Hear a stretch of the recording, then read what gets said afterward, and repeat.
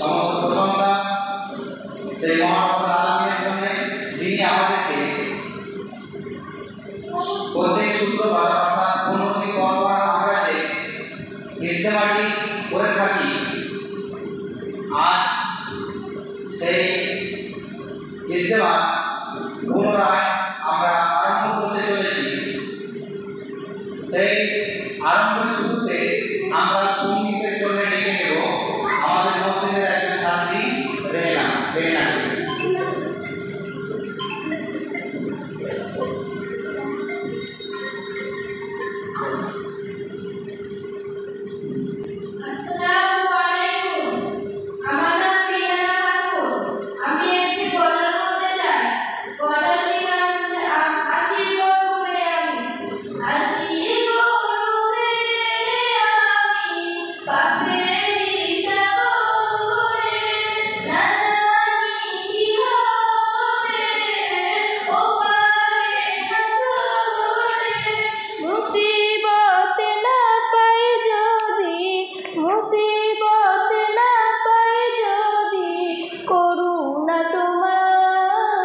কবরে হাসরে কি হবে আমার, কবরে হাসরে কি হবে আমার।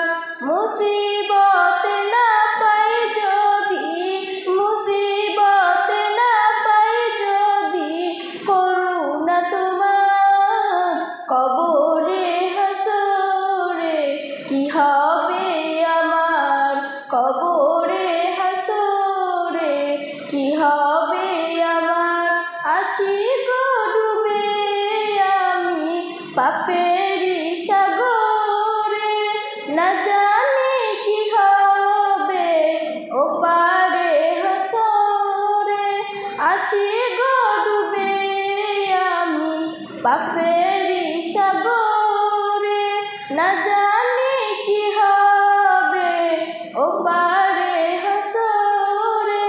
তোমার সুপারিশ বিনা, তোমার সুপারিশ বিনা কেমনে হব পার, কবরে হাসরে কি হবে আমার, কবরে হাসরে কি হবে আমার। মুসিবত না পাই যদি, মুসিবত না পাই যদি করুণা তোমার, কবরে হাসরে কি হবে আমার, কবরে হাসরে কি হবে আমার। নবী নবী নবী নবী নবী নবী নবী নবী, তুমি তো দেখিয়ে দিয়েছো আলোর পথ, বলেছো সে পথে মিলবে রহমত।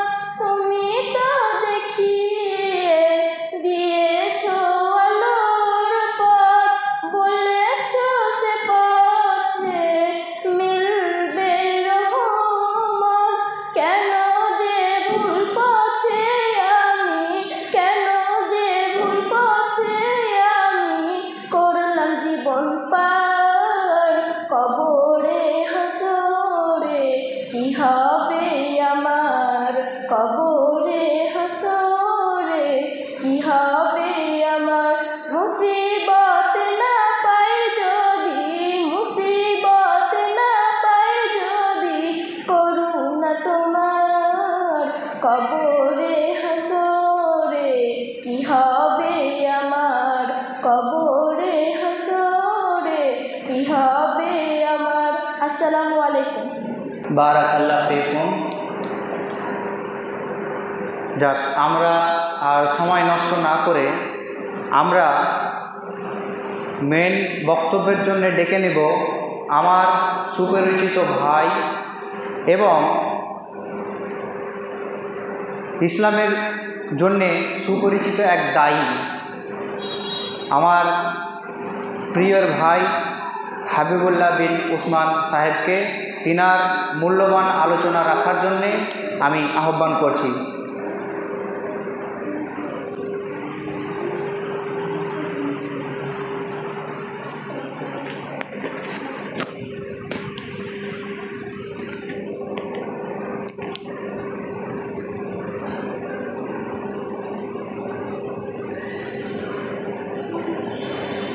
السلام عليكم ورحمة الله وبركاته.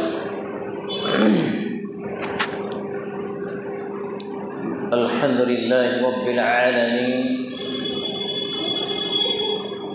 والصلاة والسلام على رسوله الكريم وعلى آله وصحبه أجمعين، أما بعد، فإن خير الحديث كتاب الله، وخير الهدي هدي محمد صلى الله تعالى عليه وسلم، وشر الأمور محدثاتها، وكل محدثات بدعة، وكل بدعة ضلالة، وكل ضلالة في النار.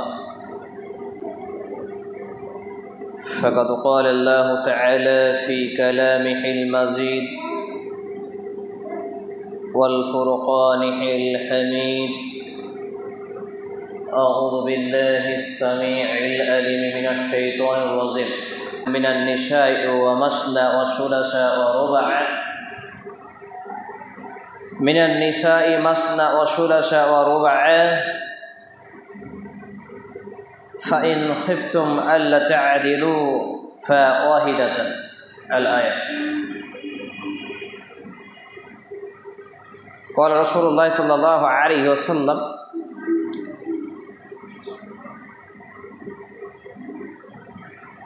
من تشبه بقوم فهو منهم.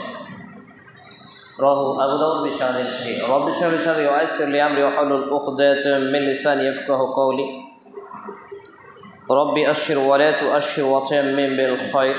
ربي زدني علما، ربي زدني علما، ربي زدني علما. যাবতীয় প্রশংসা, গুণগান, গুণকীর্তন, হামদ, শানা ইকরাম আল্লাহ রাব্বুল আলামিনের জন্য, যিনি এক ও একক, ওয়াহদাহু লা শারীক, খালিক এবং মালিক, যিনি বিশ্বজাহানের আইনদাতা, জীবনদাতা, মৃত্যুদাতা, যে আল্লাহ সুবহানাহু ওয়া তাআলার প্রশংসার ধারা শেষ করা অসম্ভব,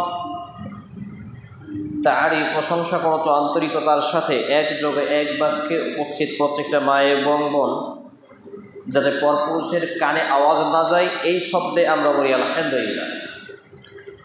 অতঃপর অসংখ্য দরুদ ও সালাম শান্তির ধারা বর্ষিত আখির নবীন নবী রাহমাতুল লিল আলামিন মা আমিনাল্লাহর মুরুদ দুলাল মুহাজ্জা মহাপুরুষ মুহাম্মদুর রাসূলুল্লাহ সাল্লাল্লাহু আলাইহি ওয়াসাল্লামের প্রতি আমরা বলি আল্লাহুম্মা সাল্লি আলাইহি, আল্লাহুম্মা বারিক তাসলিম সাল্লাল্লাহু তাআলা আলাইহি ওয়াসাল্লাম।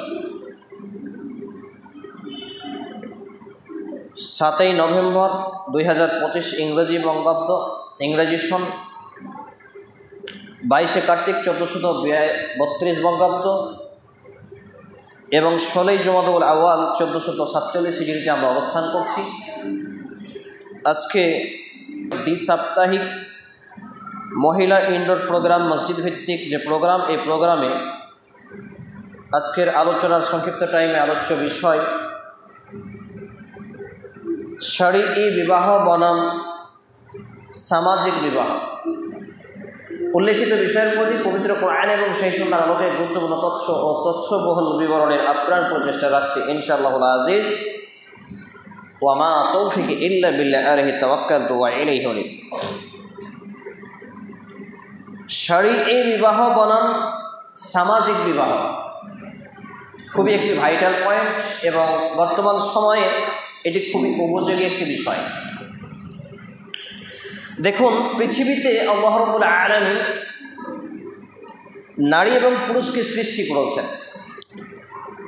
এবং একে অপরকে সৃষ্টি করেছেন এই জন্যই যে আল্লাহ সুবহানাহু ওয়া তাআলা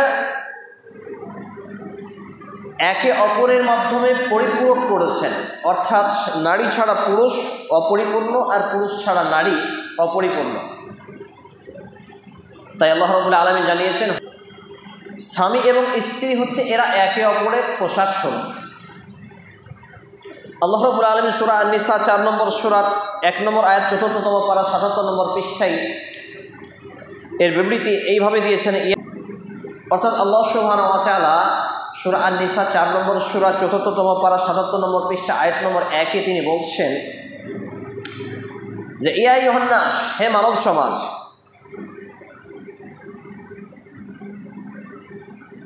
তোমরা তোমাদের প্রতিপালককে ভয় করো। কোন প্রতিপালক?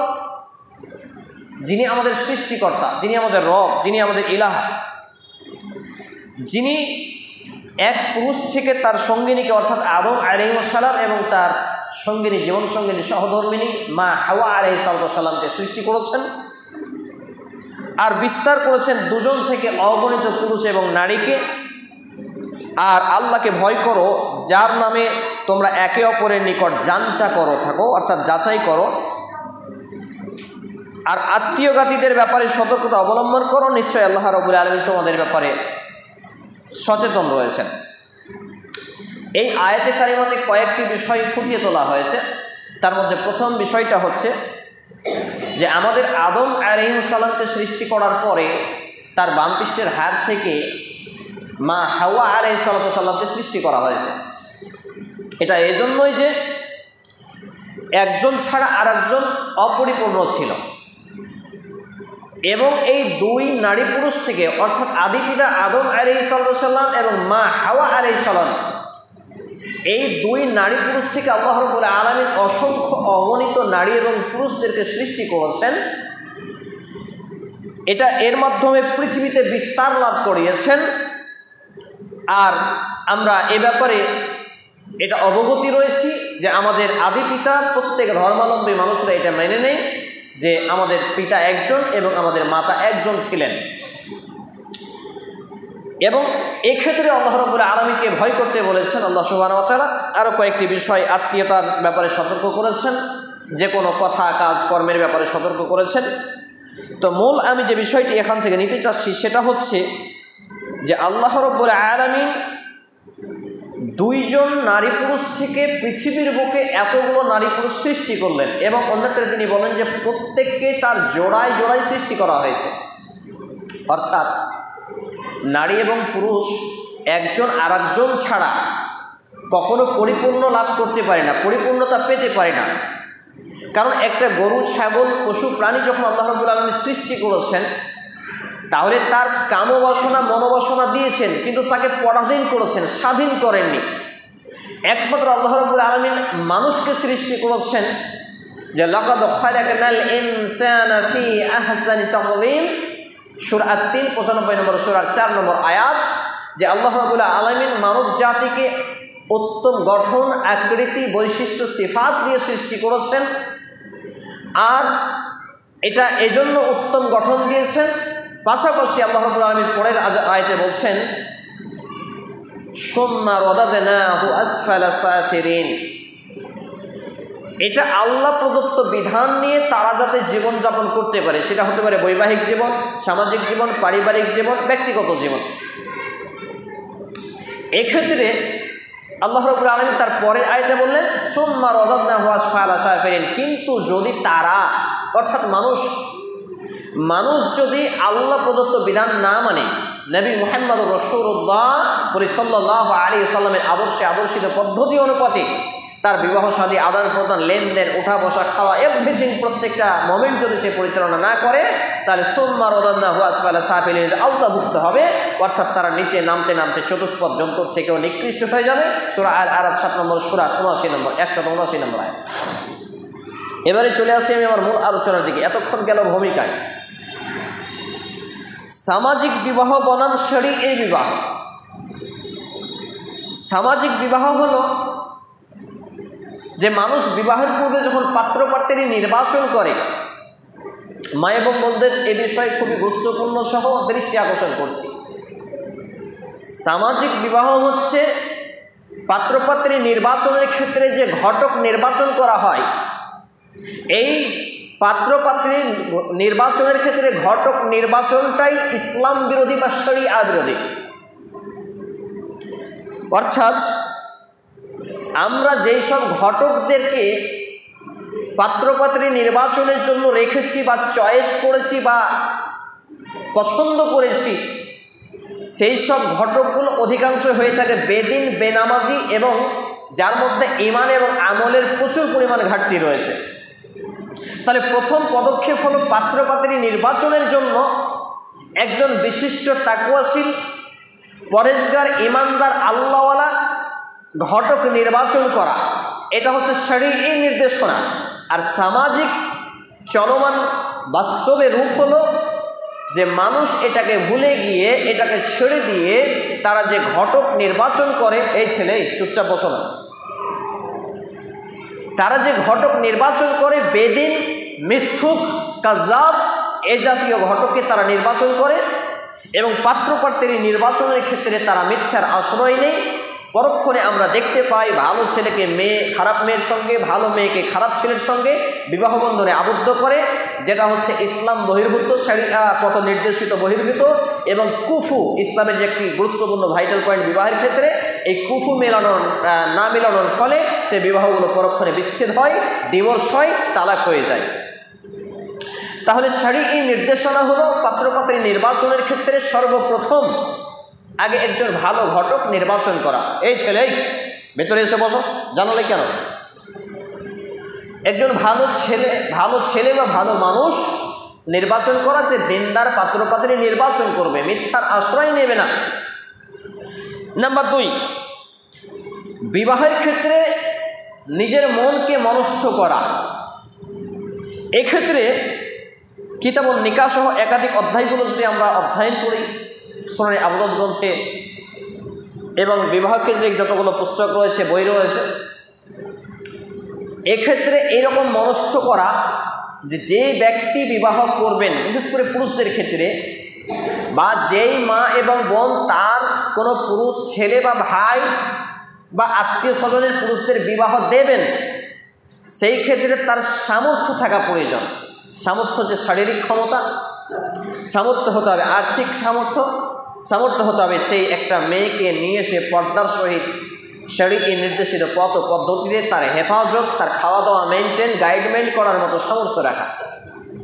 বর্তমান সমাজে কি হয়, অনেক বিবাহতে বিচার সালিসে আমি গিয়েছি, সেখানে দেখেছি যে শারীরিক অক্ষমতা পর্যন্ত ব্যক্তিদের বিবাহ বন্ধনে আবদ্ধ করা হয় ধনের বদৌলতে। কারণ আজকের বিবাহগুলো জনের সাথে জনের নয়, ধনের সাথে রূপের বিবাহ হয়।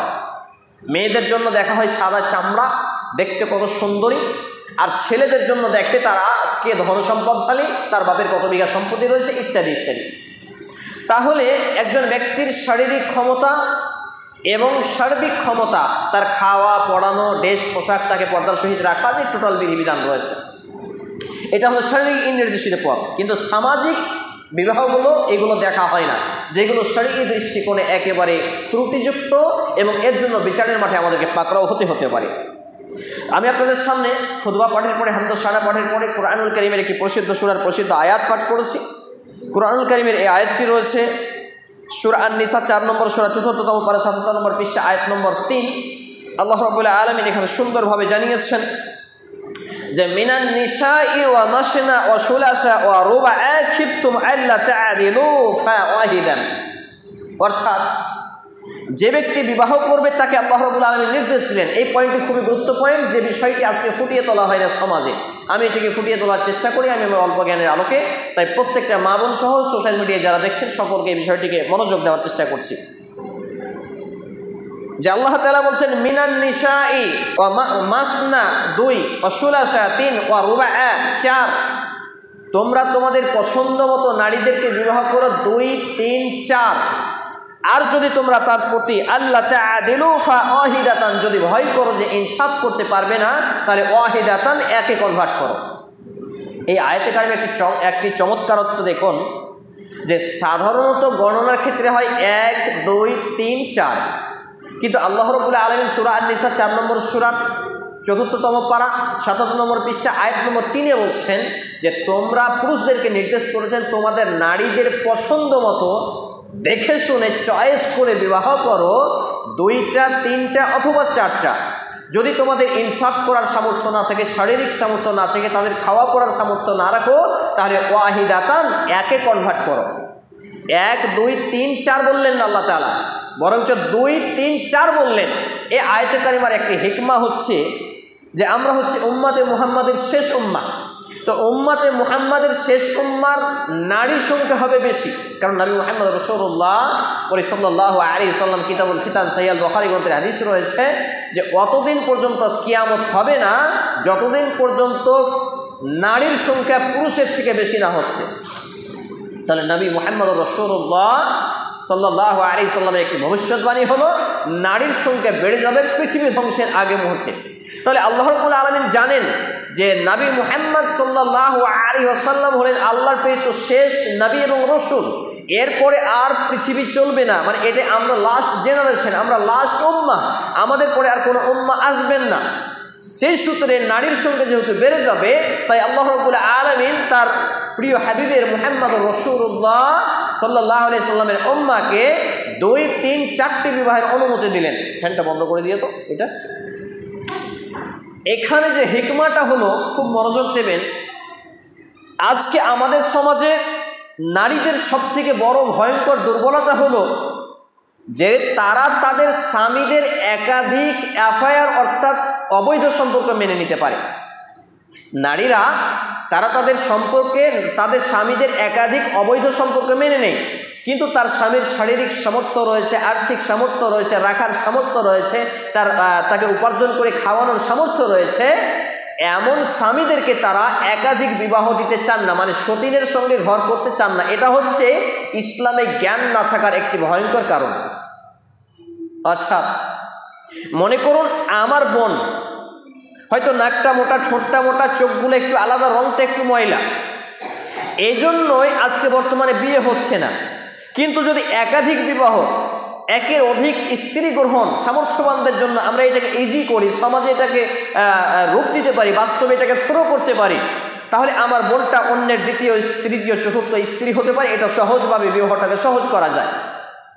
কারণ একটা সাহাবীর ঘটনা আমরা জানি, নবী মুহাম্মদ রাসূলুল্লাহ সাল্লাল্লাহু আলাইহি সাল্লামের কাছে অভিযোগ করলেন, ইয়া রাসূলুল্লাহ, ইয়া হাবিবাল্লাহ, হে আল্লাহর রাসূল, হে আল্লাহর বন্ধু, আমার অভাব অনটন দূরীভূত হচ্ছে না, আমাকে কিছু পরামর্শ দেন। তিনি বললেন যে বিবাহ করো।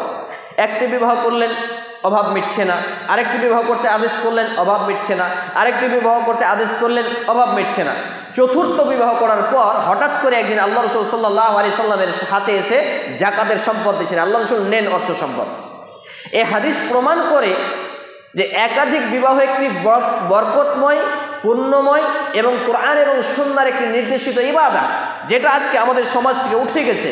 একাধিক বিবাহগুলো যেসব আজকে নারী পুরুষরা যুক্ত হয় অবৈধ সম্পর্কে, প্রেম নামের জেনা ব্যভিচারে যুক্ত হয়ে বিবাহ লিপ্ত হয়, মাতাল, লুচ্চা, লাফাঙ্গা এরা বিবাহ করে একাধিক, 1, 2, 3, 4টা। কিন্তু যারা প্রকৃত ইমানদার আলেম সমাজ, এরা যখন একাধিক বিবাহ করবো বা এরকম আলোচনায় সমাজে হয় না, বা এটাকে ইজি করা হয় না বলে এটা কঠিন হয়ে গেছে, একাধিক বিবাহটা যদি চালু করা যায়, তাহলে আমাদের ঘরে অসংখ্য নারী পুরুষ, বিশেষ করে অসংখ্য নারীরা, তারা তাদের সতীত্ব রক্ষা করতে পারবে, জেনা ব্যভিচারের পথ বন্ধ হবে, তাদের জন্য বিবাহ সহজ হবে, তারা স্বামীর আন্ডারে থেকে তারা সম্মানিত হবে, একজন আদর্শবান মা হবেন, একজন দিনদার মা হতে পারবেন। এই জন্য প্রত্যেকটা নারীর এমন টেন্ডেন্সি রাখা উচিত যে তারা তাদের সামর্থ্যবান পুরুষদের স্বামীদের একাধিক বিবাহতে উদ্বুদ্ধ করবে। আমার স্ত্রী আলহামদুলিল্লাহ এটাকে পারমিশন করেছে এবং আমার জন্য দ্বিতীয় মাসনা স্ত্রী হিসেবে খোঁজাখুঁজি করেছে। আমি এটা এই জন্যই থ্রো করছি, আমি আমার ছেলের ইনশাআল্লাহ তাআলা, আজকে 7 বছর বয়স, আমার ছেলেকে সেভাবে লালন পালন করছি যে আমার ছেলের 4টা বিবাহ যদি সামর্থ্য থাকে, আমি নিজে দায়িত্বে পিতা হিসেবে 4টা বিয়ে দিব আমার ছেলের। আমার মেয়ে আজকে 6 বছর বয়স, ইনশাআল্লাহ তাআলা আমার মেয়ে যে স্বামী হবে তার সাথে চুক্তিনামা, একটা চুক্তিপত্র থাকবে যে তার স্বামী যে হবে তাকে একাধিক বিবাহ করতে হবে। আমি চাচ্ছি জেনা ব্যভিচার মুক্ত বিবাহকে সহজ করে, পবিত্র বন্ধন আল্লাহ প্রদত্ত বিধানকে সহজ করে দেওয়া। এবারে চলে আসি মূল যে বিষয়টি নিয়ে আমি আলোচনা করছিলাম, যদিও এই বিষয়টি এর মধ্যে সামিল, এই বিষয়টি আলোচনা হয় না, যার জন্য এটা বললাম। এইরকমভাবে আমার রিলেটেড অসংখ্য দিনী ভাইরা রয়েছেন যারা একাধিক বিবাহের সামর্থ্য রাখেন এবং তাদের স্ত্রীরা পারমিশন করেছেন, অনেকে বিবাহ করছেন। অলরেডি আমাদের নিকা প্ল্যাটফর্ম থেকে 3 জনের বিবাহ বন্ধনে আবদ্ধ করিয়েছি আমরা মাসনা হিসাবে। সম্মানিত উপস্থিতি ভাই এবং বন্ধুগণ, সম্মানিত উপস্থিতি মা এবং বোনেরা, যে আল্লাহ প্রদত্ত বিধান বিবাহ, তাহলে যখন আমার একজন ঘটক নির্বাচন হলো, সামর্থ্যবান ব্যক্তির জন্য বিবাহ 2, 3, 4 অথবা 1টা করার নির্দেশ আল্লাহ রাব্বুল আলামিন এখানে ক্লিয়ার করলেন। এই বিবাহের মাধ্যমে সমাজ থেকে পাপ কাজ দূরীভূত হয়, জেনা ব্যভিচারের রাস্তা বন্ধ হয়, এবং ইসলামের পবিত্র বন্ধন এই বন্ধনে অটুট অক্ষুণ্ণ থাকে এবং এটা ভালোবাসা সৃষ্টির ব্যতিক্রম একটি প্ল্যাটফর্ম। আজকে আমার এবং আপনার সমাজে বিবাহ কতটা কঠিন হয়েছে দেখুন। একজন প্রাপ্তবয়স্ক যুবকের বাপ মা তার বিবাহ দিচ্ছে না যে ছেলে একটু উপার্জন শিখুক, ভালো একটি মোটা অঙ্কের ইনকাম করুক, তারপরে তার বিবাহ দেওয়া হবে। অথচ এই ছেলে 2-4টা গার্লফ্রেন্ড রাখে, আর এই 2-4টা গার্লফ্রেন্ড রাখতে তার মা জানে যে তার ছেলে, সাউন্ডটা একটু কমা যাবে ভাই, সাউন্ডটা একটু কমা যাবে, তার মা জানে যে আমার ছেলে অবৈধ সম্পর্ক আছে, সে অবৈধ সম্পর্কে হাই হ্যালো করে।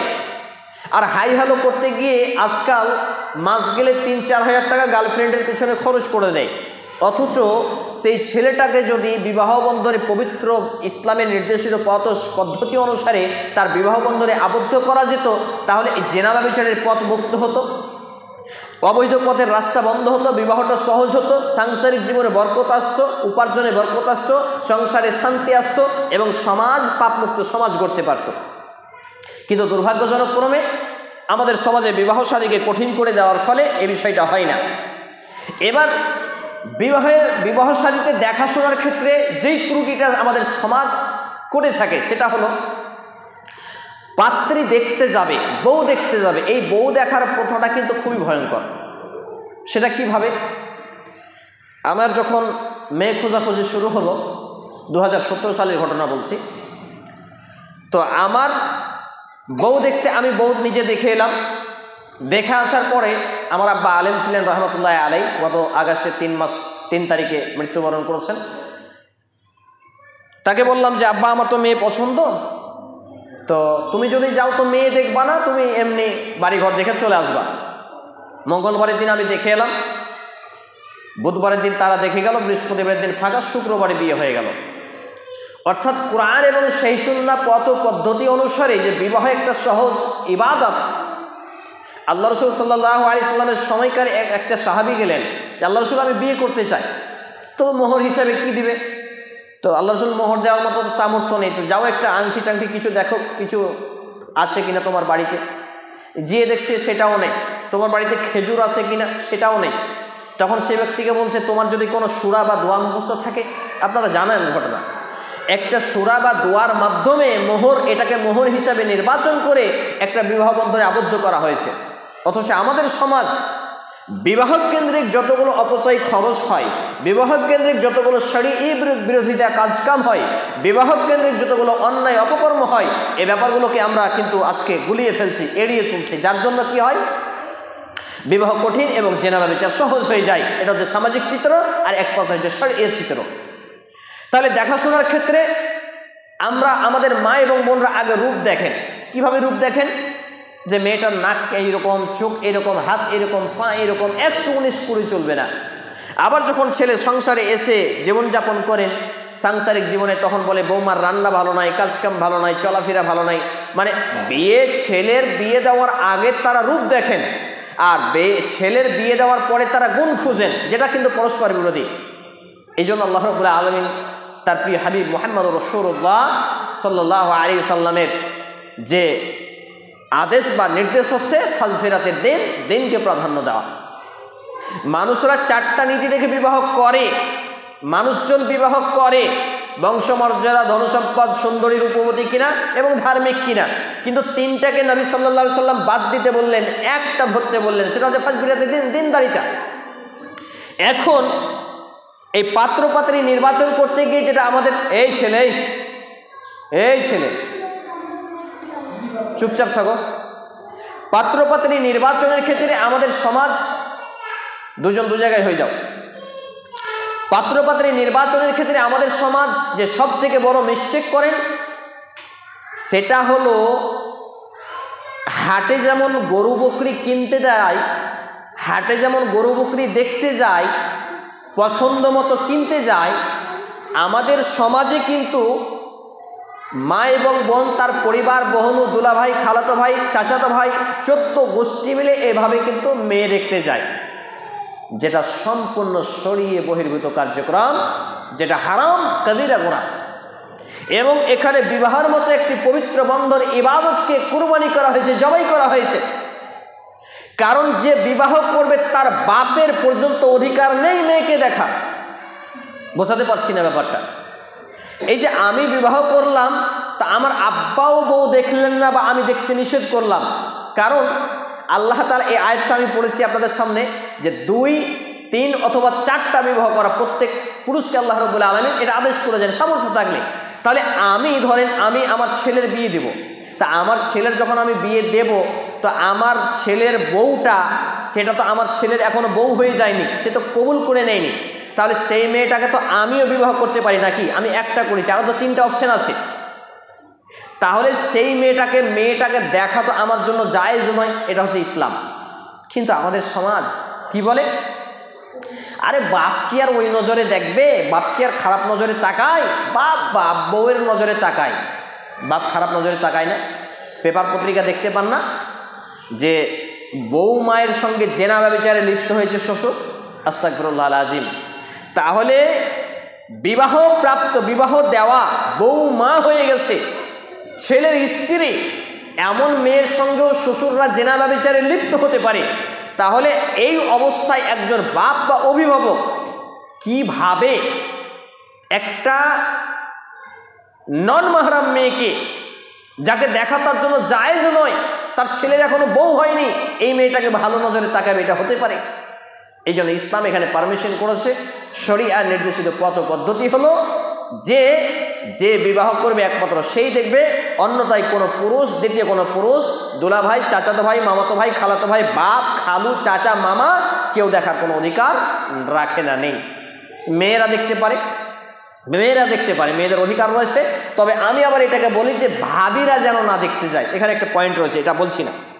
সম্মানিত উপস্থিতি ভাই এবং মা বোনেরা, এখানে আরেকটি গুরুত্বপূর্ণ বিষয় হলো, দেখুন বিবাহের ক্ষেত্রে কিন্তু আমাদের তাকওয়া আল্লাহ ভীতি কাজ করে না।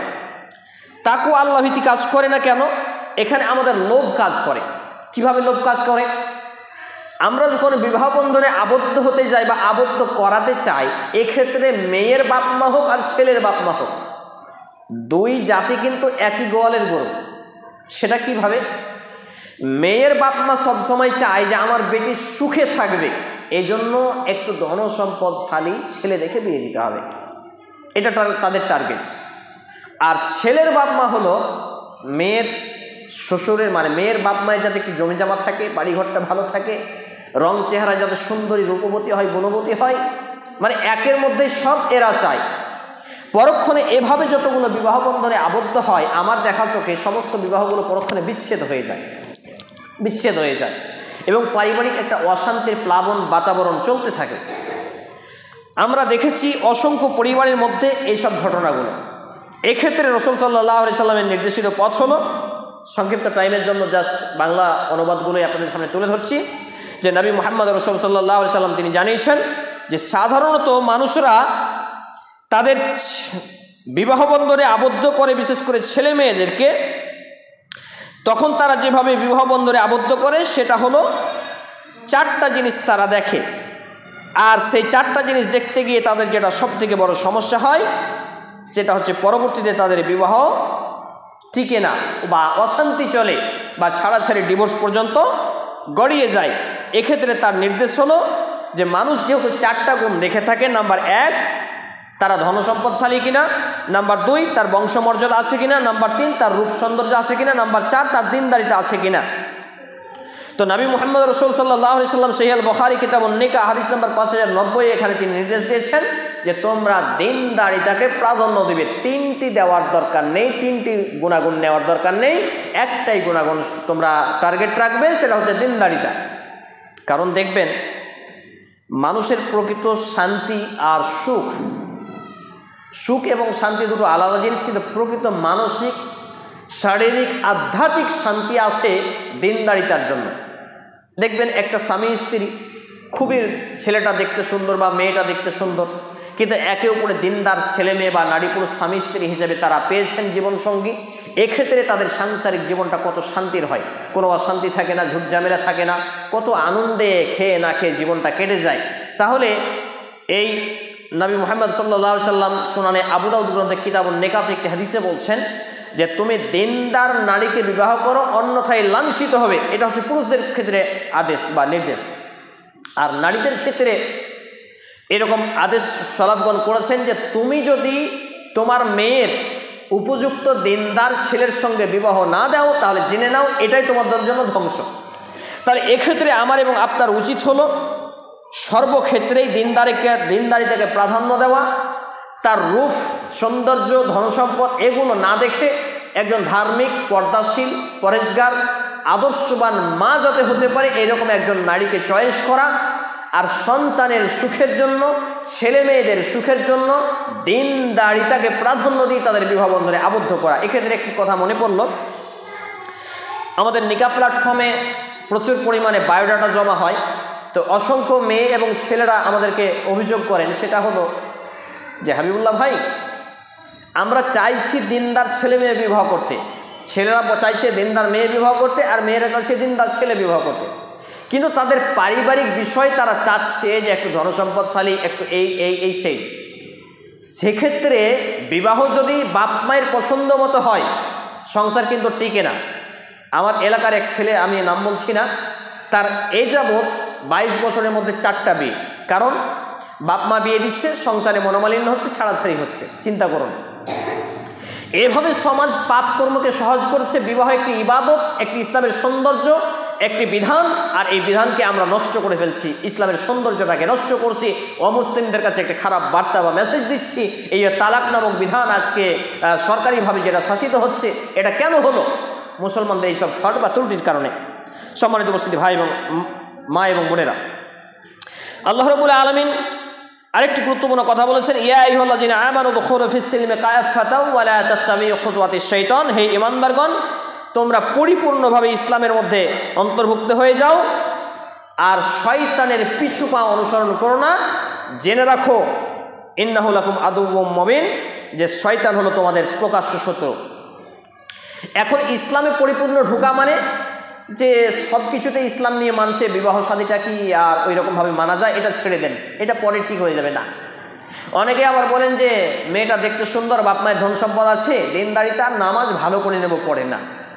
ইসলামে এমন কোনো বিধান পাবেন না যে কোনো বেনামাজি ছেলে মেয়েকে বিবাহ করার পর নামাজি বানানোর নির্দেশ দেওয়া হয়েছে, বরঞ্চ দিনদারিতা দেখে বিবাহ করতে এবং বিবাহ দিতে বলা হয়েছে। আমাদের সমাজ এখানেও গুলিয়ে ফেলে। অনেক সময় বেনামাজি ছেলের সঙ্গে বেনামাজি মেয়ের, বা নামাজি ছেলের সঙ্গে বেনামাজি মেয়ের, আর বেনামাজি ছেলের সঙ্গে নামাজ, এইরকমভাবে ছেলে মেয়েদের বিবাহ বন্ধনে যখন আবদ্ধ হয় তখন তাদের সংসারগুলো চলতে চলতে এক পর্যায়ে দুজনেই বেনামাজি হয়ে যায়, বেদিন হয়ে যায়। অতএব দুজনকে সামঞ্জস্যপূর্ণ কুফু মিলিয়ে বিবাহ বন্ধনে আবদ্ধ করাতে হবে। এবার দেখাশোনার ক্ষেত্রে সময় কতক্ষণ? 35, খুবই কম, এতগুলো ভূমিকা টানতে হতো না।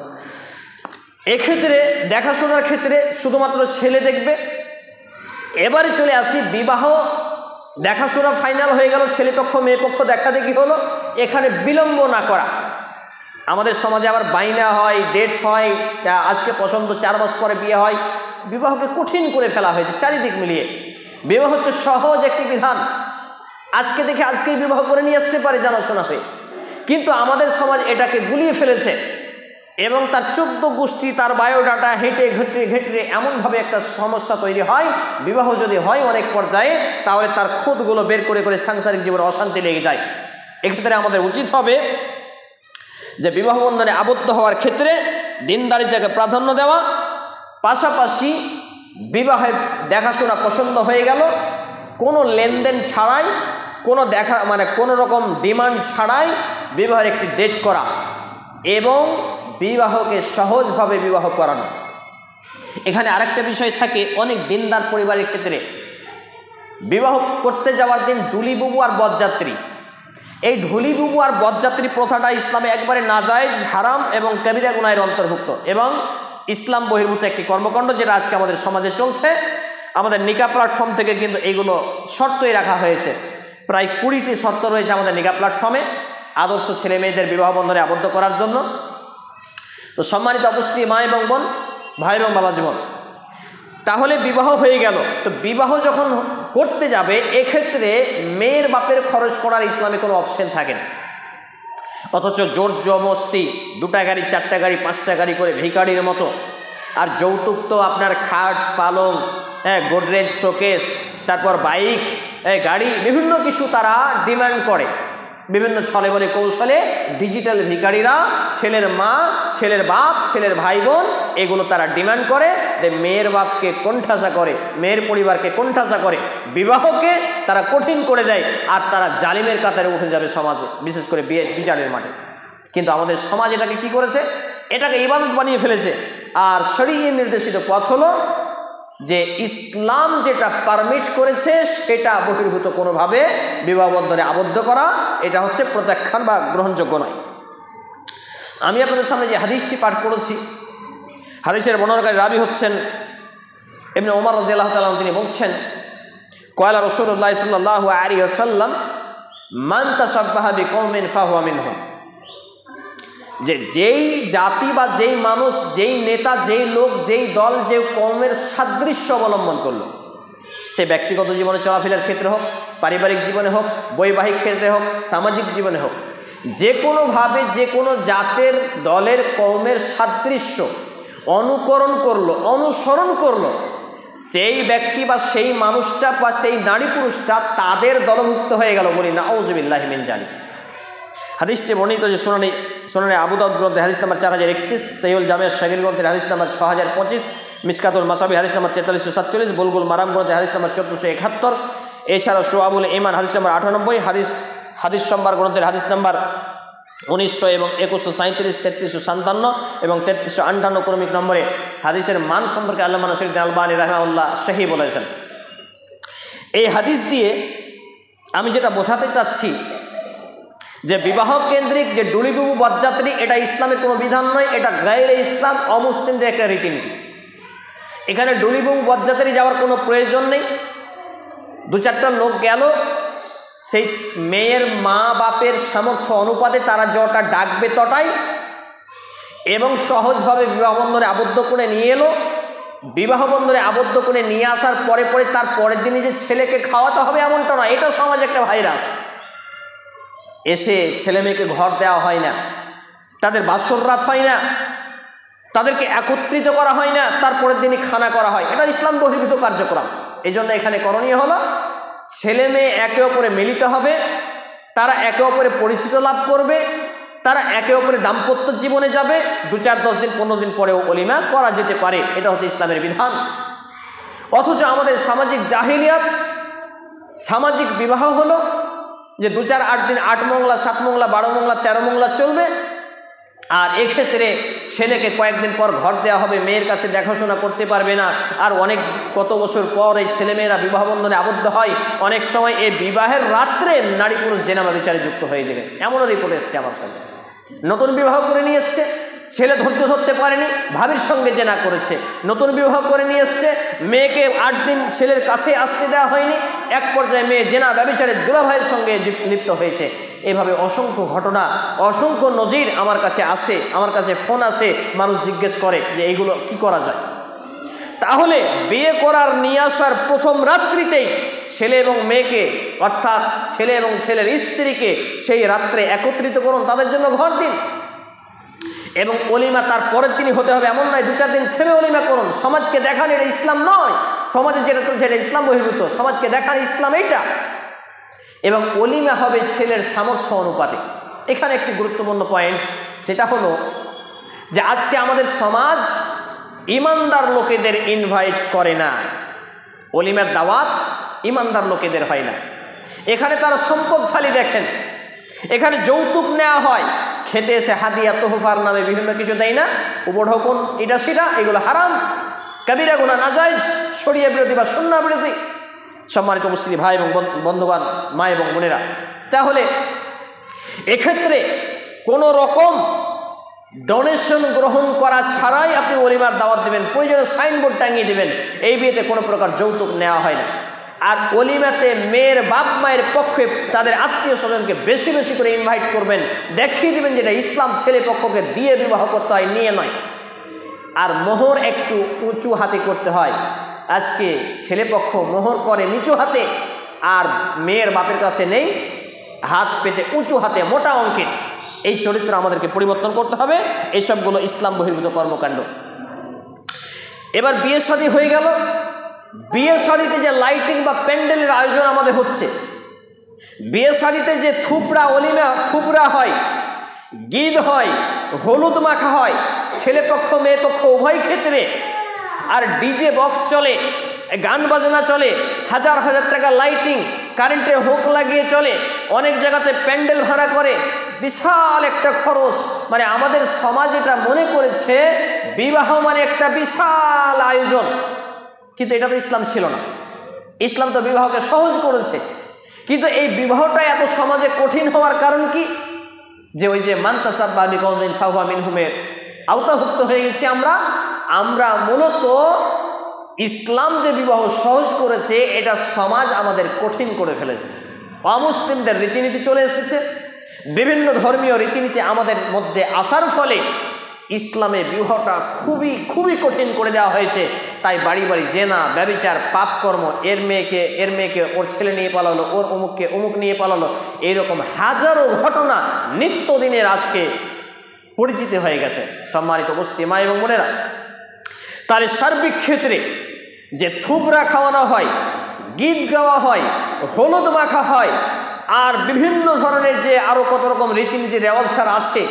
আমি বিয়ে করেছি, আমার ভাইয়ের বিয়ে দিয়েছি, তারপরে ভাইয়ের বিয়ে দিয়েছি, তারপরে বোনের বিয়ে দিয়েছি। আলহামদুলিল্লাহ আমরা 8 ভাই, আমাদের 2 বোন, 10 ভাই বোন, আমাদের অলরেডি 4টা বিবাহ বন্ধনে আবদ্ধ হয়েছে। আমাদের বিবাহগুলো এত সহজভাবে হয়েছে যে আনুষ্ঠানিকতা মানুষ বুঝতেই পারতো না, শুধু জানতো যে হ্যাঁ বিবাহ হয়েছে, এত সহজভাবে। কোনো রং নেই, কোনো আপনার কি বলছে যে লাইটিং নেই, কোনো রকম হই হুল্লোড় নেই, কোনো কিছু নেই, মানুষ জানে যে হ্যাঁ অমুকের বিয়ে, কারণ বিবাহ প্রকাশ্য করতে বলা হয়েছে। কিন্তু আজকে সমাজ 2-4 দিন আত্মীয় স্বজনের বাড়িতে থুবড়া খাওয়াবে, বিভিন্ন ধরনের গীত গাইবে যেগুলো শরীয়ত বিরোধী, তারপর ওই মেয়েকে খাওয়াতে খাওয়াতে অর্ধেকটা খাইয়ে নিজের মুখে ভরে নেবে, আরও কত রকমের কি হয়। আর বান্ধবীরা হলুদ মাখিয়ে দেয়, অথচ একজন নারীর শরীরে অন্য নারী হাত দিতে পারে না। একজন পুরুষকে আমাদের সমাজে ভাবিতে কাকাতো বোন, মামাতো বোন, খালাতো বোন হলুদ মাখিয়ে দেয়, নাউজুবিল্লাহি মিন জালিক। কত বড় পাপ কাজ, কত বড় পাপ কাজ। মসজিদের পাশে বিবাহগুলো যখন হয় তখন সেখানে ডিজে বাজে, গান বাজে, অথচ ওই লোকগুলোকেই বলেন, ওই সব ছেলেদের মাগুলোকে যখন আমরা বলি যে বিবাহ দিচ্ছেন এইভাবে, এটা ইসলাম বলছে, ছেলে মেয়ে এই বয়সে একটু রং তামাশা না করবে তো কোন বয়সে করবে? লা হাওলা ওয়ালা কুওয়াতা ইল্লা বিল্লাহ। বিবাহ কোনো বাপতি সম্পত্তি নয়, কোনো পৈতৃক সম্পত্তি নয়, বিবাহ হলো আল্লাহ প্রদত্ত বিধান। এই জন্য আমি বলি, প্রায় খুতবাতে বলেছি, দেখবেন আমার বক্তব্য আছে এরকমভাবে, যেখানে বিবাহ নিয়ে আলোচনা করছি, যে যেই সব বিবাহতে গান বাজনা হয়, গরু বকরির মতো মেয়েকে বউকে দেখতে নিয়ে যাওয়া হয়, বিয়ে করে নিয়েছে, বউকে দেখিয়ে দিয়েছে আর সবার সঙ্গে পরিচিত করায়, এইটা তোমার দেওর, এইটা ননদ, এইটা উমুক, এইটা তমুক, এইটা নন্দু, এটা ভাসুর, এটা দেবর, এইভাবে মানুষকে পরিচিত করা হয়। আর বৌমাকে বসিয়ে দিয়ে তারা কি করে একটা দোকান খুলে দেয়, আর দোকানে যতগুলো মানুষ আছে সরকারি মাল সব আসবে আর দেখবে, আসবে আর দেখবে আর পরিচিত হবে। মেয়ে যদি, নতুন বউ যদি একটু জোরে সালাম না দেয় দেবরকে, তাহলে বলবে যে মেয়েটা বোধহয় ভালো নয়, আমি দেবরটাও সালাম দিল না। আবার ছেলের বাপ মা কি বলে, আরে দেবর তো তোমার ছোট ভাইয়ের মতো, নাউজুবিল্লাহি মিন জালিক। অথচ নবী মুহাম্মদ রাসূলুল্লাহ সাল্লাল্লাহু আলাইহি ওয়াসাল্লাম বলছেন দেবর হচ্ছে সীসা ঢালা প্রাচীরের মতো। সীসা ঢালা প্রাচীর, লোহার প্রাচীর যতটা মজবুত বা যতটা কঠিন, দেবর আর ভাবির সম্পর্ক ততটা কঠিন হওয়া উচিত ছিল। কিন্তু আমাদের সমাজ বিবাহ করে নিয়ে আসার পরে দেবরকে যদি ভাত খুলে না দেয়, ভাসুরকে ভাত খুলে না দেয়, দেবরের সামনে যদি মুখটা উদাম না করে, তাহলে এই বউ ভালো নয়, এই মেয়ে ভালো নয়। এইভাবে সমাজে জাহিলিয়াত চলছে। আর এইভাবে যে বউকে বসিয়ে দিয়ে সবার সঙ্গে পরিচিত করা হারাম এবং কবিরা গুনাহ, পাপ কাজ। এইসব পাপ কাজ থেকে আমাদেরকে দূরে থাকতে হবে, কারণ এইগুলো অমুসলিমদের রীতিনীতি। আমি বলেছি যেটা, যে যেই সব বিয়েতে গান বাজনা হয়, থুবড়া হয়, বিভিন্ন অন ইসলামিক কৃষ্টি কালচার হয়, এই সব বিবাহকে কোনো আলেমের, কোনো সুনামযোগ্য ওলামায়ে কেরামের, কোনো ইমামের, সম্মানিত আলেমের বিবাহ করা জায়েজ নয়, জায়েজ নয়। কারণ বিবাহ পড়ানোর ক্ষেত্রে কি করা হয়, আগে খুতবা পড়তে হয়, আগে খুতবা পাঠ করতে হয়, কুরআনুল কারীমের আয়াত পড়তে হয়, রাসূল সাল্লাল্লাহু আলাইহি সাল্লামের উপরে দরুদ ও সালাম বর্ষিত করতে হয়, এরপরে বিবাহ কবুল করানো হয়, তারপর মেয়েকে বিবাহ পড়াতে যাওয়া। এক্ষেত্রে এক শ্রেণীর হুজুররাও ভণ্ডামির শিকার হয়েছে, কারণ তারা যে পকেট গরম করতে পারছেন না, এক্ষেত্রে আমাদের সমাজকে, বিশেষ করে মা এবং বোনদেরকে যদি সচেতন করা হয়, তারা যদি বলেন যে আমার মেয়েকে পুরুষ দিয়ে বিবাহ পড়ানোর প্রয়োজন নেই, মৌলবি দিয়ে বিবাহ পড়ানোর প্রয়োজন নেই, মেয়ের সম্মতি নেবেন, মেয়ের বাপ ছেলের কাছে গিয়ে বলবেন আমার মেয়ে অমুক, এত নম্বর মেয়ে, এই নাম তার, সে সম্মতি আছে, সেখানে বাস বিয়ে হয়ে যাবে ছেলে কবুল বলার পরে। কিন্তু বিবাহকে কতটা কঠিন এবং সামাজিকভাবে আমরা পাপকর্মে জড়িত করে ফেলেছি, ইসলাম বহির্ভূত কর্মকাণ্ডে আজকে আমরা যুক্ত হয়ে গেছি। বিবাহের মতো একটি পবিত্র ইবাদতকে আমরা আজকে গুলিয়ে ফেলেছি, ছুঁড়ে ফেলেছি।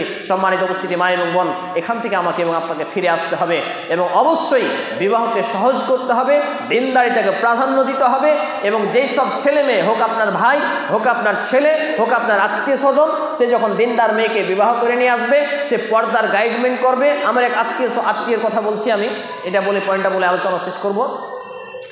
যে একজন দিনদার ধার্মিকা নারীর সঙ্গে বিবাহ বন্ধনে আবদ্ধ হলো, এবার চোখ দুটোও দেখা যায় না, এভাবে সে যখন বাড়িতে দেবর ভাসুর বা কোনো কুটুম সদর আসে তখন সে এভাবে চলাফেরা করে।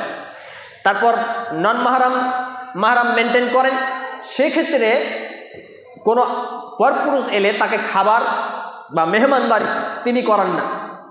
এক্ষেত্রে ছেলের মা, মেয়ের শাশুড়ি আমার কাছে অভিযোগ নিয়ে এসেছে যে একটা কথা বলো তো, কোরআন হাদিসে কি এরকম ব্যাপার আছে যে সব সময় বহুরূপী হয়ে সেজেই থাকতে হবে?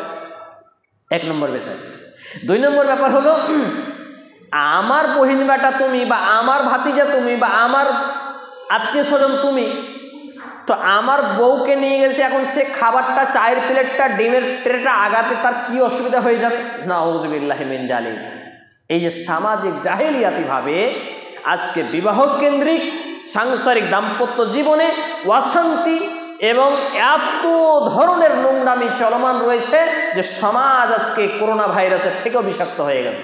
অতএব ইসলামকে জানুন, ইসলামকে মানুন, কোরআন এবং হাদিসের নিরিখে, কোরআন এবং হাদিসের সংস্পর্শে এসে পবিত্র কোরআন এবং সেই সুন্নাহর আলোকে জীবন গঠন করুন, বিবাহকে সহজ করুন। আমরা আলোচনার শেষাংশে এসে এটুকু অনুরোধ করব যে আদর্শ ইসলামিক লাইব্রেরি দাওয়া সেন্টার নওবাসদপুর থেকে আমরা যে বিভিন্ন কার্যক্রম চালাচ্ছি, তার একটি গুরুত্বপূর্ণ আমাদের যে প্ল্যাটফর্ম চলছে, যে নিকা প্ল্যাটফর্ম, কোরআন সন্ধ্যা ফাউন্ডেশন নিকা প্ল্যাটফর্ম, যেখানে শুধুমাত্র আপনার অর্ধাঙ্গিনী হোক আপনার জান্নাতি সঙ্গিনী, এই শিরোনামে বা এই ডাকে আমরা আহলে হাদিস সালাফি আকীদা মানহাজ ভিত্তিক, বিশেষ করে যে আমরা শাফিঈ রয়েছি, এদের যারা নামাজি ধার্মিক নারী পুরুষ রয়েছেন তাদের জন্য আমরা বিবাহ বন্ধনে আবদ্ধ হওয়ার একটি সুযোগ করেছি।